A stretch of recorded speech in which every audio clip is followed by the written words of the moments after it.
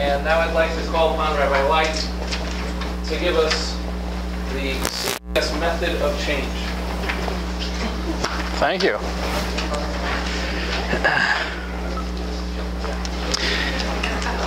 This front row is reserved for family members.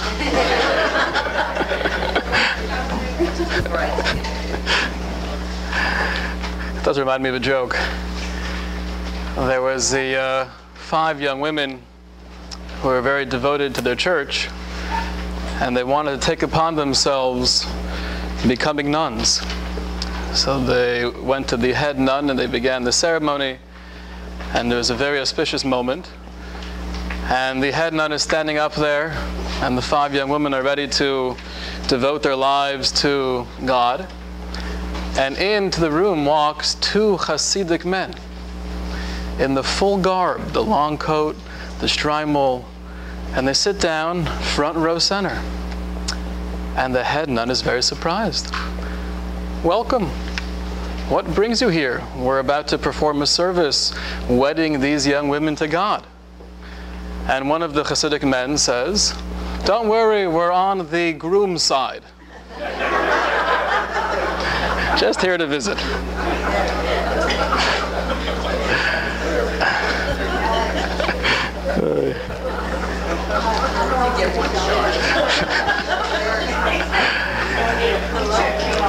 Before I forget, I do want to mention a very happy birthday to Joel Weber. Happy birthday, Joel. Very impressive that on your night out to celebrate your birthday, you come to a lecture. That's very impressive. So welcome to all the normals. Well, you're all normal, hopefully, but the regulars. And welcome to all those who are joining us for the first time. Like Rabbi Feder mentioned, we do meet every Tuesday night. It's not as formal. I'm not standing by a podium. We're sitting around the table. Lively discussion, getting involved with great Jewish personalities, a little bit about who they were and when they lived, but mostly their contributions, trying to understand what they've added to the tapestry of Jewish wisdom. So you're all welcome to join us. That's Tuesday nights at 7:30. The goal for this evening, as we do approach Yom Kippur, is to try and share with you a couple of practical ideas regarding change. How to make change real and lasting. It was July 16th, 1969 rather. The Apollo 11 blasts off from Cape Kennedy in Florida. On board we have 3 brave young men, Neil Armstrong, Buzz Aldrin, and Michael Collins. And they're going to this journey 3 days into the ride, into the vast and dark universe. They're approaching the orbit of the moon. At that point in time, Armstrong and Aldrin go into the moon module, the Eagle. They separate from Collins, who stays in Columbia, and they start their descent towards the moon. Armstrong later relates that the most dangerous part of the mission was landing the Eagle. That was the most nerve-wracking part of the whole thing. They're getting closer, they lose contact with Houston. In the Mission Control Center, you have hundreds of people waiting there not knowing if they're still alive. And then finally, the silence is broken, and Armstrong reports to Houston, "The Eagle has landed." And they erupt. There's this celebration, this laughter, this joy, giving each other 5. They're crying. That's at 4:18 p.m. Eastern Standard Time. At 10:56 p.m., as more than 500 million people across the world are watching this live on their TV, you have Armstrong slowly get out of the Eagle, and he takes his first step on the surface of the moon, something that has never happened in the history of humankind, and he shares with the world those magic words, "That's one small step for man, one giant leap for mankind." Now, if you think about that in the scope of history, 1969 was not that long after they invented the automobile. If you would go back to the late 1800s, where we have this new gadget, instead of horses, we actually drive something called a car. And you would plant yourself in the mind of any human being living in the 1800s. And you would hear the idea of sending a man to the moon. That's science fiction. That's a dream. That's not reality. How in the world was it possible for human beings to come together and somehow, through their brilliance and ingenuity, send a man to the moon 70 years later? Persistence, ambition, and courage. They believed they could do it, and they did.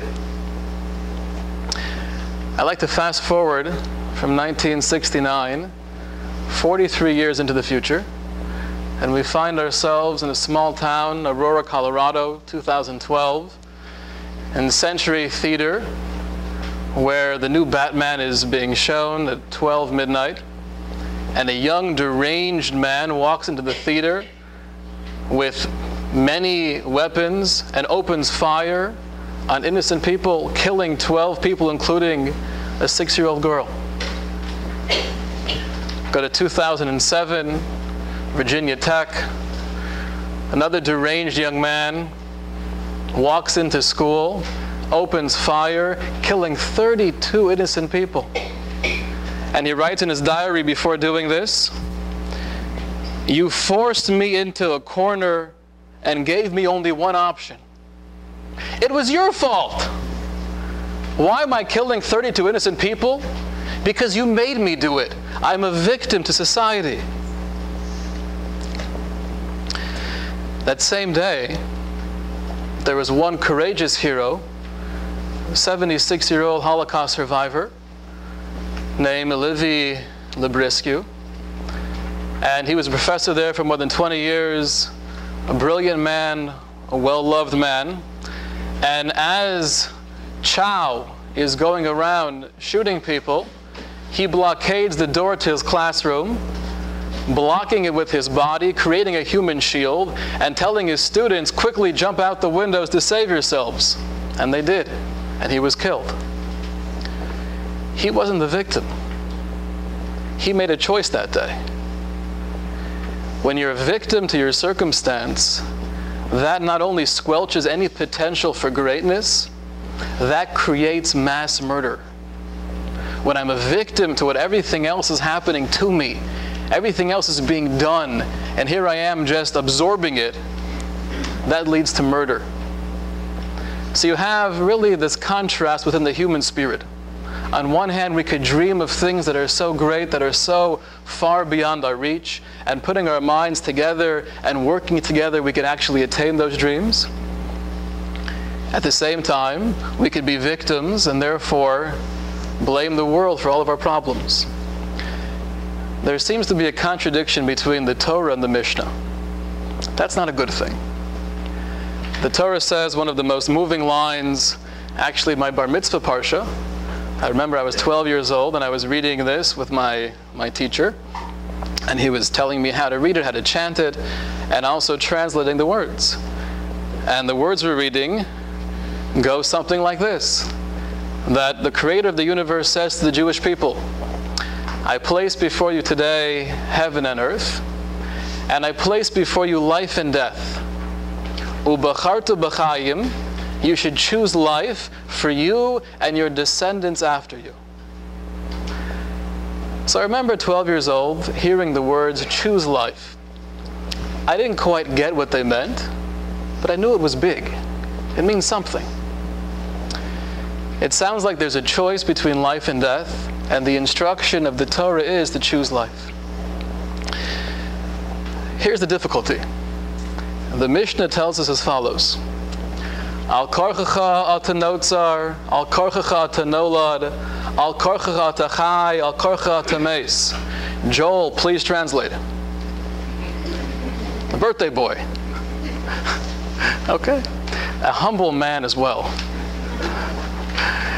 The Mishnah says, against your will you were conceived, against your will you were born, against your will you were brought into this world, you are alive, and against your will, you will die.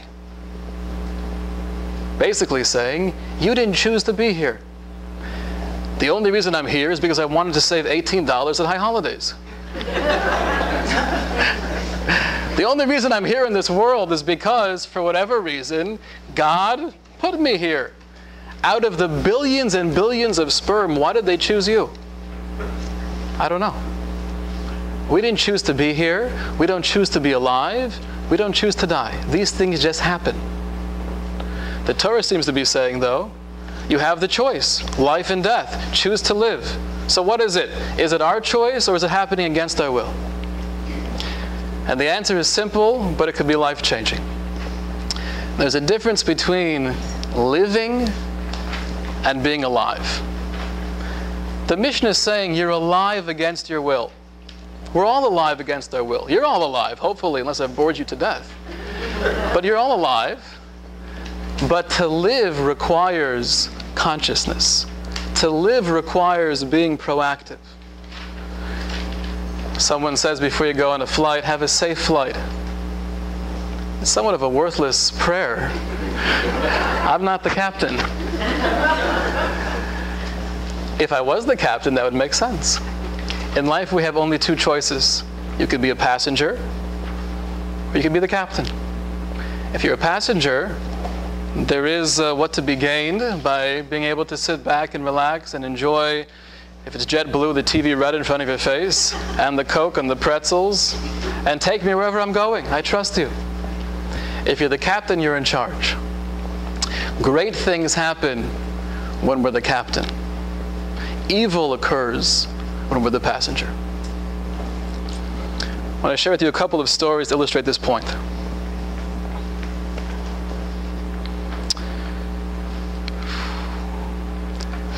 There was a 42-year-old black woman living in Alabama. December 1st, 1955, on a cold, dreary day. And she's coming home from a long day of work as a seamstress, waiting for the bus.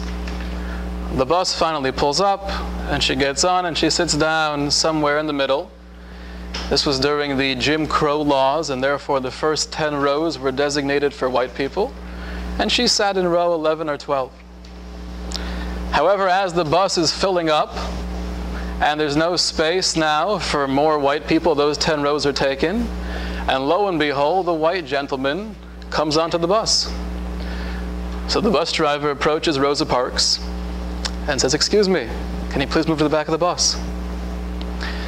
She wasn't planning on making a statement that day. She wasn't planning on changing the world that day. She just wanted to come home, make dinner for her family, and go to sleep. But there was something inside of her that said, no, I'm not going to conform to your warped morality. And she expressed that. She said no. And the bus driver was puzzled. That's not how things work. That's against the law. Please move to the back of the bus. We need a seat with the white people for this gentleman. And again, she said, no.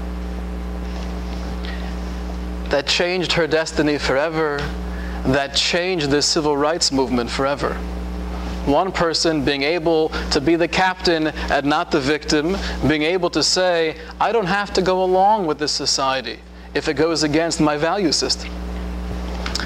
I'll share with you a wonderful quote from Rollo May. He was a well-known philosopher of the 20th century.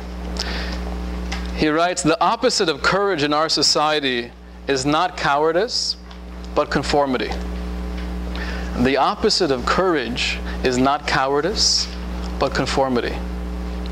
Sometimes the reason we choose to be the passenger instead of the captain is because I don't want to stick out like a sore thumb. I don't want to be doing anything different than everyone else is doing. You're conforming. Now, it's not about being different for just to be different. That's what you do when you're an adolescent, to show that I could have purple hair. It's a good phase. You'll do it. You'll enjoy it. Your mother will enjoy it. But that's not the point here. The point's not to be different. I'd rather be the same. The goal is that I have a set of principles that I live by, And even if those principles will make me different than society, then that's okay. Tiananmen Square, 1989. You could probably picture that in your head, that famous shot as the Chinese tanks are pulling in, and you have one young Chinese man who's walking home from the grocery store. He has 2 bags in his hand. He sees the tanks coming, and he goes and he stands right in front of them like this. And the image is awesome. You have this massive piece of metal that's literally 3 feet away from this little scrawny human being that could roll him over in a second, and he's standing there with the bags in his hand. The tank tries to swerve, and he moves right this way.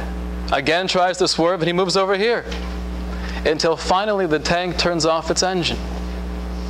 Was he trying to make a point that day? As he left the grocery store, did he have in mind, on my way home, I want to show the world what it means to take a stand? No.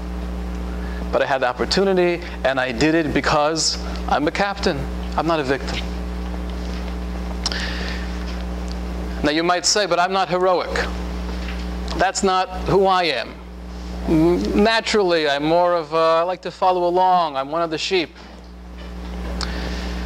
I'd like to share with you a very powerful story which changed my life. In the Second World War, during the Holocaust, so there were Jewish foremen. And these people, many of them volunteered to join the Nazi regime and to help them and be in charge of their brothers and sisters. And they would show their loyalty to the Third Reich by being as brutal and as aggressive as possible, making the other Jews do whatever the Germans wanted them to do. There was one particular man, his name was Schneeweiss. And Schneeweiss was in a small camp with the Beluzov Hasidim, one of the groups of Hasidim. And Yom Kippur was approaching. So some of the young Hasidim went to the Rebbe of Beluzov, and they said, maybe you could approach Schneeweiss and ask him that on the day of Yom Kippur to maybe arrange our jobs in a way that we won't have to violate real Torah law. So at least we could have some semblance of the holiday. Now the Rebbe wasn't sure. On one hand, by approaching this aggressive man, he could be killed on the spot. But he also thought about it, and he felt if we could have some semblance of the Yontif, something that shows that it's Yom Kippur and it's different than the other days, that would really infuse the young men here with a sense of pride, a sense of dignity. And therefore, he decided to go for it.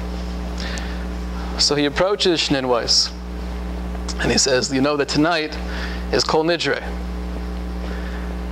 And I'd like to ask you, if possible, could you please arrange our tasks in a way that we won't have to be in violation of Torah law? And the normal callous or cold look on his face somehow melted away. And he turns to the Rebbe and says, I can't do anything tonight, but tomorrow I'll try. Tomorrow morning rolls around, the day of Yom Kippur. Schneeweiss comes to the place where the Hasidim are, and he says, please follow me. And he takes them back to his personal cottage, and he gives them tasks.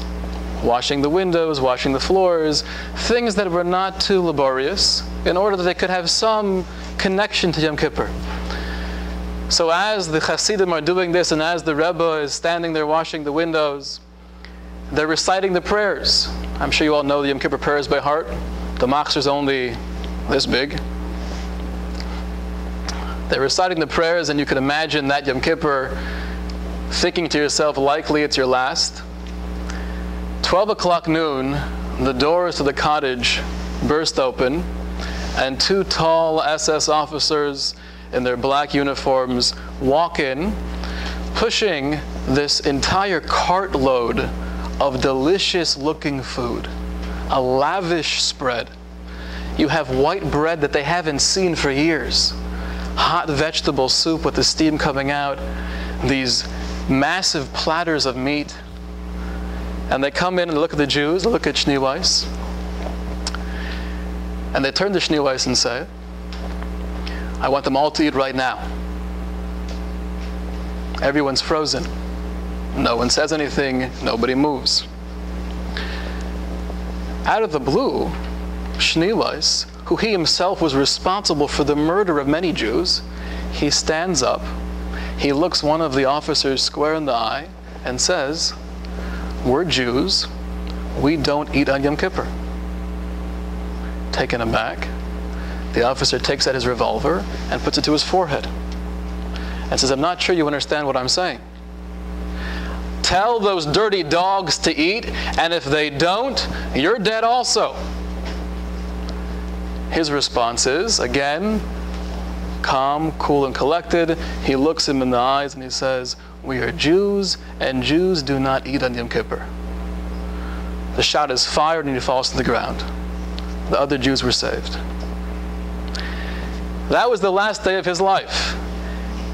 But the day that he died was likely the only day that he ever lived. The only day that he chose to be captain.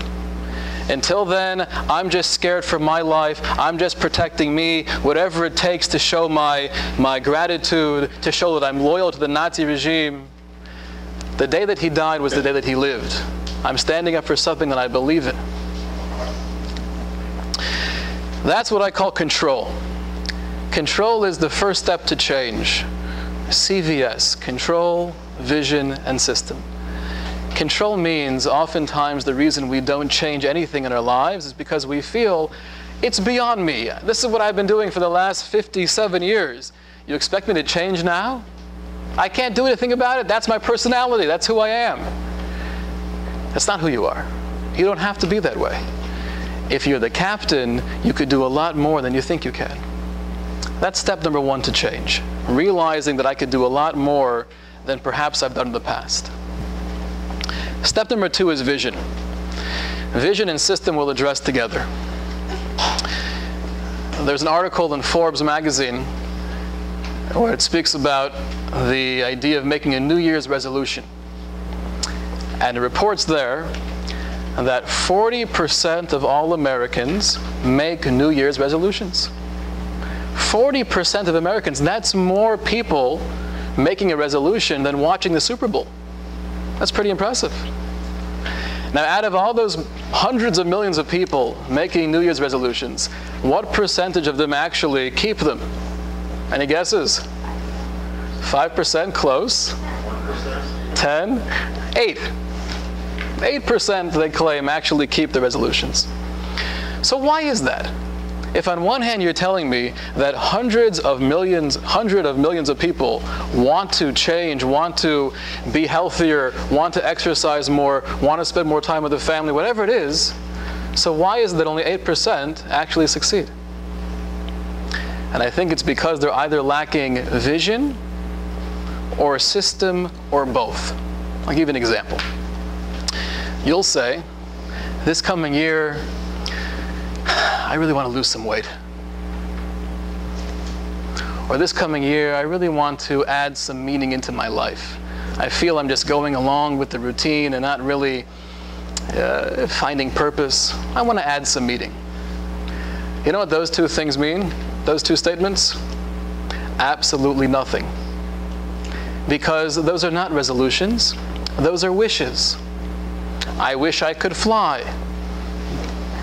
I wish I could jump out of an airplane. That's wonderful. At my Shabbos table, what I do often is when we have new people come over, we go around the table and we have people say their names and their favorite hobbies. Parenthetically, this last week I had the best hobby yet. Little 8-year-old boy going on the table, it's his turn, and he whispers something very quietly, trying to get out of him. What was that? What's your favorite hobby? Eating bagels. Is that great? So whatever your hobby is. So we had one time, there was a couple over, and the husband says, my favorite hobby is exercising. And his wife starts laughing. What are you talking about? You haven't moved in 10 years. And he says, you didn't say what I actually do. It's my favorite hobby. I haven't got a chance to do it, but I really like it. That's not a resolution. That's a wish. My 3.5-year-old son, Avraham, he vacillates between being a worker man or being a rabbi. Once in a while he'll say Superman. But those are wishes. So I think the reason why most of us fail in actually making a change, keeping it, making it real and lasting is because we're lacking vision and system. They're vague. They're things we'd like to do. The goal in real change is, let's actually put it into practice. So what's vision? Vision is based on a powerful statement from the Rabbeinu Bechaya. The Rabbeinu Bechaya was one of the great Torah authorities in the 12th century. And he says, in order to achieve any level of excellence in any field, you have to envision yourself already there. You have to use the power of the imagination. In our society, I think as we grow older, and I think as the technological age is advancing, that age of imagination is actually growing smaller and smaller. In the olden days, when we had less out there, we could probably use our imagination till 13, 14, 15. Nowadays, there's so many external stimuli, the imagination is over at around 7 or 8. It's also a cultural thing. I was on a date one time, and we were at a park with a big kind of grass hill.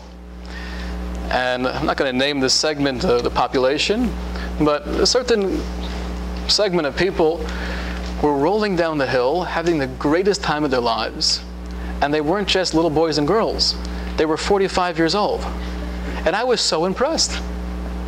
Right? We can't do that. We're too sophisticated to roll down hills in public. It's too bad. It's too bad. So the Rabbeinu Bechaya in the 11th century says you have to use your imagination. You have to picture yourself being the person you want to be. You have to want it. If you don't want it, it'll never happen. You could have all the systems in the world, everything set up and organized. If you don't have that thirst to actually get there, you'll never arrive. That's vision. There's a study done with 2 high school basketball teams, both around the same level, the same performance. They both took off 3.5 weeks, no physical practice. However, one team was guided in how to imagine themselves playing, passing the ball, running the plays, shooting jump shots, layups, free throws, and they did that a couple times a week. After 3.5 weeks, the team that imagined themselves practicing did substantially better. They were both sitting on the couch the entire time, never on the court. But it's the power of imagination that could change you. I could see myself there, and I have that thirst to actually arrive. That's vision. System is now break it down. On the list, it's called chart it out. So let's say, for example, the thing that I really want to do this year, my vision is I want to be more present with my children. Okay, so think about that in practical terms. What would that mean? Give me 5 examples of how you could see yourself being more present with your children. Well, we have 4 kids. If I could have one-on-one time with a child maybe once a week, that could be helpful. Okay, write it down. If I could read books to them once in a while, or a couple nights during the week, that could be helpful. If I could have my cell phone off when I'm with them, or for sure when I pick them up from school, that could be helpful. You think of all of the nitty-gritty details. What do these things do to create the vision? And if you could list 5 or 10 or 15 of these small things, and then realistically say, I'm going to do A, B, and C. Not a drastic change, it's not overwhelming, it's realistic. This is taught to us by the Ramchal, Rav Moshe Chaim Luzzatto, one of the greatest Talmudic minds and Kabbalists of the 1700s. He writes that in order to effectuate any change, not only do you need the vision of the Rabbeinu Bechaya, but you also need a system, which means go through it step by step, write it down to make it more real, and then choose something. I could do these 3 things now. And do it. Part of the responsible system is eliminating the challenger. So for example, my challenger is the cell phone. When I'm with my children and I'm feeling it buzzing every minute and a half, that distracts me. So what do? You take the cell phone and flush it down the toilet. If you can't do that yet, you're too weak to do that, so then at least turn it off and put it away. So while you're reading the book with your child, it's not there to distract you. If you're sitting in the kitchen Wednesday afternoon at 4:30 p.m. staring at that chocolate cake, going back and forth, I shouldn't be doing this, it's not healthy, but the truth is there is some protein inside there. She did use milk this time, and maybe it will be beneficial for me. You've already failed. If your goal was to avoid chocolate cake, it doesn't belong in the house. That's eliminating the challenger. If your goal is, I want to lose weight, you don't have a vision, you don't have a system. Rather, you translate I want to lose weight into, realistically, I want to get rid of 10 pounds. That's my vision. I can see myself doing it. I want to do it. What's the system? What does it take? No more fries. No more shakes. I'm going to the gym twice a week. Whatever the things you need to get to that vision, and choose a couple that are realistic, tackle them, make it real. Accountability. If this is all going on in your head, it could easily disappear. To hold yourself accountable by writing things down, that's helpful. What's even more helpful is if you could share your challenge or your goal with a friend or a relative. You could tell your sister or your husband, this is what I'm working on. I'm trying to reach that, and what I'm taking upon myself now, practically speaking, 1, 2, and 3. I'm not eating any fries. I'm going to the gym twice a week. Help me. If you see that I'm failing, point it out. I'll hate you for it. That's okay. Accountability is crucial. I want more meaning in my life. So again, that means nothing. If you say, from now on, I'm committing to go to Tuesday night classes with Rabbi Light, so that's putting something into play. That's concrete. So we have the 3 things, CVS. Control, I can do a lot more than I think I can. Don't allow yourself to be held back by your past or by what society dictates. Again, the opposite of courage is not cowardice, it's conformity. And system, well, vision first, you have to picture yourself there, you have to want it. And then system is chart it out, break it down, make it real, and choose a couple of small realistic goals and tackle them and tell your friend about it. Now, where do you start? There are so many things I'd like to improve upon in life. There are so many areas where I could do a lot better. Where do you begin? I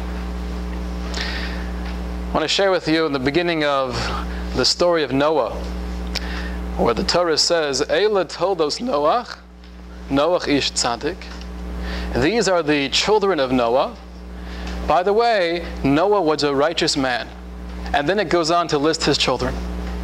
So the glaring question is, if you're telling me the names of Noah's sons, just say, these are the sons of Noah, and list them. Why do you interject with, by the way, he was a righteous man? So Rashi picks up on this, one of the greatest commentators of all time, Rabbi Shlomo Yitzchaki, in the 11th century, and he says the Torah is sending us a message. Don't think that your legacy is in anything you acquire, is anything you invent or discover, or even your children. Your children and grandchildren should be a source of nachas, joy and pride, but that's not your legacy. What defines you as a human being after you leave this world? If you've changed yourself. The Torah is saying, this is really the legacy of Noah, that he was a righteous man. He uplifted himself. If you look at, for example, some of the greatest rabbis of our times, Rabbi Yisrael Meir Kagan, known as the Chafetz Chaim, he was world famous for 2 works in particular.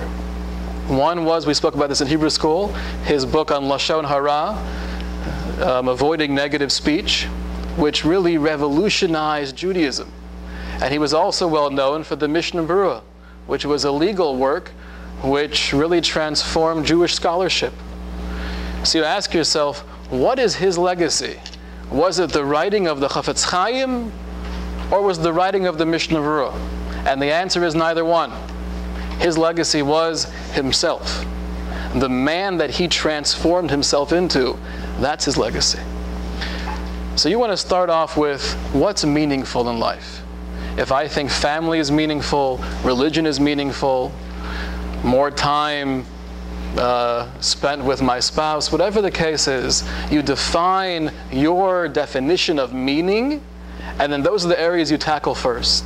To apply the CVS methodology of change, you have to start with those areas you feel are most crucial. Viktor Frankl was a well-known psychiatrist from Austria. He survived the Holocaust. And during his experience in the Holocaust and in different concentration camps, speaking to many different people, he felt that the people who had more sanity, who were able to stay strong after the war, were those individuals who had meaning during the war. And therefore he developed what he called logotherapy, a form of psychotherapy where by helping people find meaning, you're really helping them find joy.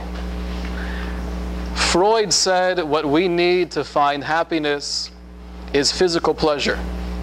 He was wrong. He was a Jew, but he was wrong. That could bring some level of pleasure, but what human beings really desire is fulfillment. I need to know that what I'm doing in life is meaningful.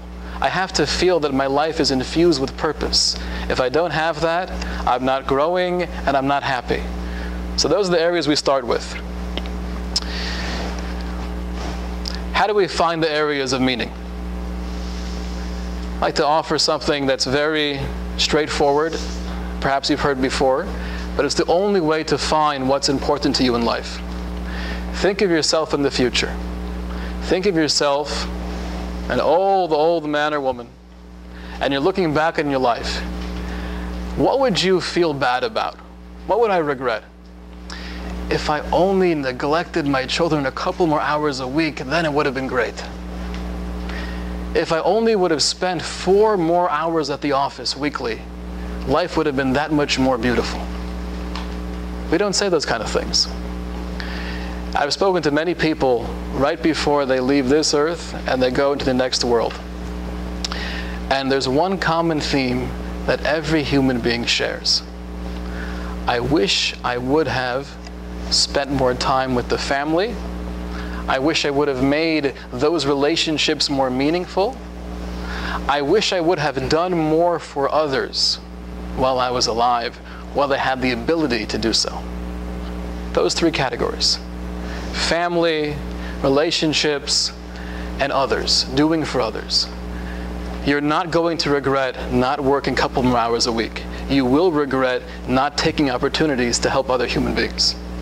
I'd like to share with you a letter here written by a mother when she found out she was terminal. It's entitled, "If I Had My Life to Live Over." I'll share with you a couple of lines.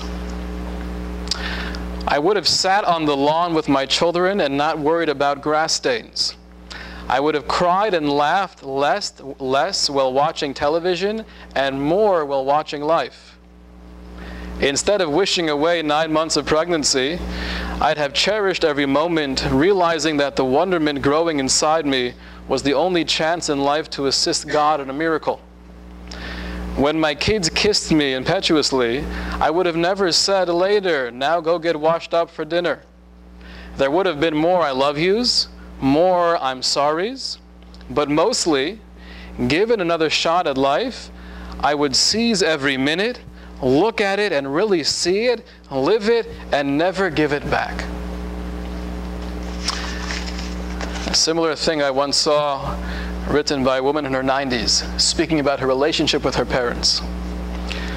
She writes as follows: "I wish I would have put as much emotion into my relationships with my mom and dad as I do now in my memories of them. We should pay more attention when we are making our memories. If we did, we wouldn't have so many regrets when all we have is memories." Albert Camus, I think, said it best. He said, men must live and create, live to the point of tears. What does that mean, to live to the point of tears? Jeff, what does that mean?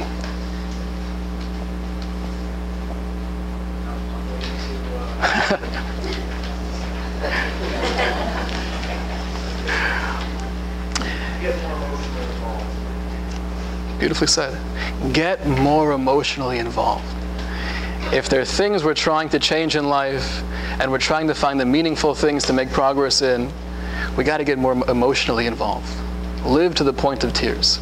I want to share with you sometimes what prevents us from really making changes is the fact that we feel insignificant things don't really make a difference.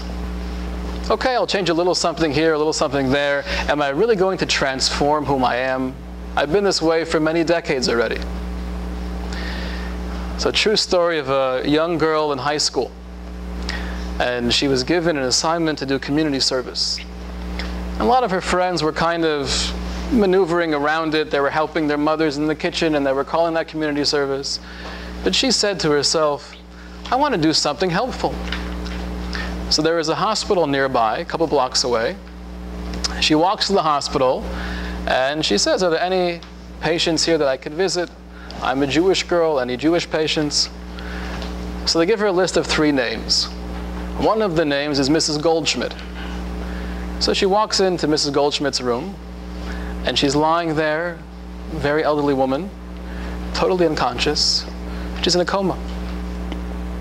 And she walks out, she asks one of the nurses, does she get up? Is she, does she ever talk? And the nurse begins to laugh. No, Mrs. Goldschmidt's been like this for a couple of weeks now. We're just waiting for the time. As soon as the family gives us the okay, we're going to pull the plug. Does she understand what I'm saying when I go in there? No, sweetie, I wouldn't waste time with that. But there's something inside of her that said, why not? So she goes into the Goldschmidt room and she sits there and she takes her hand and she starts to caress it softly. What do I say to her? I don't know who she is. I don't know what she wants to hear. So I'll sing. And she begins to sing to her. And she thinks she sees something in her eyes, some level of recognition. She's not sure. She's probably making it up. And she goes back to Mrs. Goldschmidt 3 times a week for 3 weeks, and they develop this relationship.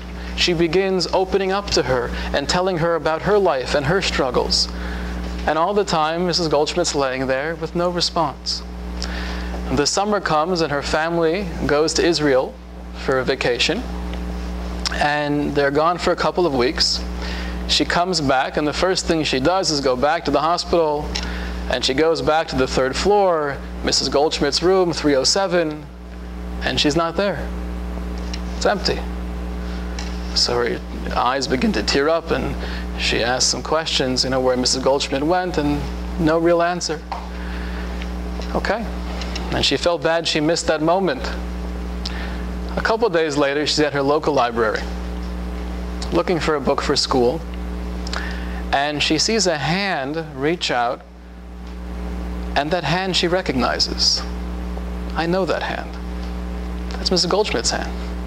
She turns around and she sees Mrs. Goldschmidt is standing there reaching for a book. She almost falls on her face. Mrs. Goldschmidt. And she looks at her. Sarala. She said, yes. And they embrace and they cry. And Mrs. Goldschmidt says to her, I'm alive today because of your singing. Every time you came to visit me, I knew you were there. I heard your voice. That took me to new places, that gave me hope, that gave me courage. I'm only here in this world because of your singing. Thank you so much. And they were friends for many years afterwards. So sometimes you do something small, insignificant, and at the time you feel, what is it really accomplishing? You could be saving lives. I told a story, Rosh Hashanah time in the shul, very powerful one. True story with 2 young men in the Israeli army. Chaim and David. David was in the Golani Brigade, and his unit was under fire. 3 of his soldiers were killed, and he was wounded badly. Chaim, who was in an armored vehicle about a half a mile away, sees the shootout. They go charging towards the area. They see that David's alive. Chaim rather risks his life. He jumps out, he takes David, throws him in the armored vehicle, gets him back to a hospital. Months go by and he's healed, he's recovered. David's mother wants to find out who was that brave young man who saved my son. So she makes up flyers and she goes around her whole neighborhood in Yerushalayim. And she goes into the stores, into the Makolit, and she says, can you please hang up the flyer, just asking anyone who knows any information about someone who saved David's life, please contact me. We want to thank them. She's doing this for days, and she walks into one random store, and she sees a lady behind the counter of similar age, probably in their upper 40s. And they both recognize each other, but they're not sure from where. And there's this awkward pause. And then the lady behind the counter says, I know where I know you from. Where? We were sitting in the waiting room to the OBGYN 19 years ago together. I was there to get an abortion. And you, not even knowing who I was, you said, listen, let's talk about it. If you're concerned about financial issues, I could help you, I know organizations. And you were schmoozing with me, a total stranger, for probably almost an hour. And based on our conversation, I decided not to have an abortion. My son is Chaim. Little things. You're sitting there in the waiting room. I could be helpful. I could bring a new life into this world. And it's that new life that saves my son's life. So we're approaching Yom Kippur. We all want to change. If there are hundreds of millions of Americans out there that want to change, we're part of that group. We want to do it right, though. We want to be within that 8%. The way to do it is keep in mind CVS. Control. I could do a lot more than I think I can. Don't let society hold you down. Think of Rosa Parks. Think of that Chinese young man at Tiananmen Square. Think of Schneeweiss standing up to the SS soldiers. You have more control than you think you do. Think vision. I have to picture myself there. I have to want to be there. If I have a thirst for achievement, I will arrive. And think system. Let me break it down. Let me chart it out. What does it take to get there? Choose a couple of realistic things, do it, share them with a friend, have accountability. What areas to pick? The most meaningful ones. Don't waste your time with chazarai. Don't waste your time with things that are worthless. Choose what's meaningful and excel in those areas. And we should all stand before God Yom Kippur and we'll say one thing, the most powerful thing we could possibly say. I'm making steps in the right direction. I want to change in meaningful ways. We should all have a wonderful, very happy and healthy year and share in many, many good times. A wonderful evening.